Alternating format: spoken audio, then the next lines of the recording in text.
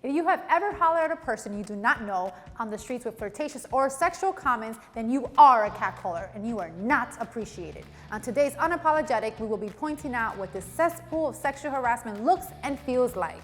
Sucios, let's go.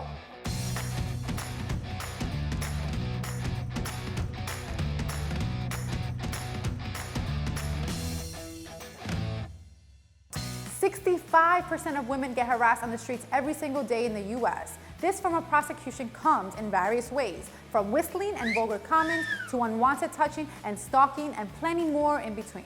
There are a few myths associated with street harassment, and here's one you might have heard of. Some women ask to be harassed by dressing or acting provocatively.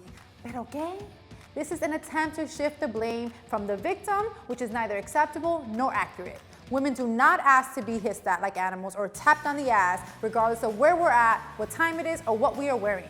Besides, studies have shown that women who dress conservatively are just as likely to be sexually harassed as those who show some skin. In the machista world that we live in, women and LGBTQ people aren't viewed as humans, but rather objects to be goggled at, and that's simply not cool. While women of all races and ethnicities experience street harassment, there are a few catcalls that only Latinas hear. This will unfortunately sound familiar to you.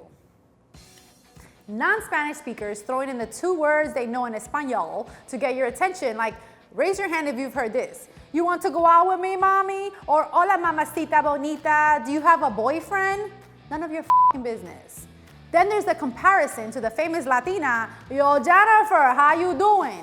Not every Latina's name is Jennifer Lopez.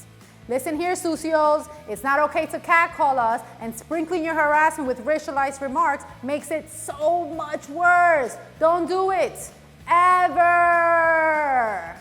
Finally, let's set the record straight. Street harassment isn't exclusive to Black and brown neighborhoods or committed by just Black and brown men. I'm looking at you, Amy Schumer. She, like several other feminists, celebs, and organizations, have perpetuated the myth that only men of color fall under the sucio category, and this is simply incorrect and racist information.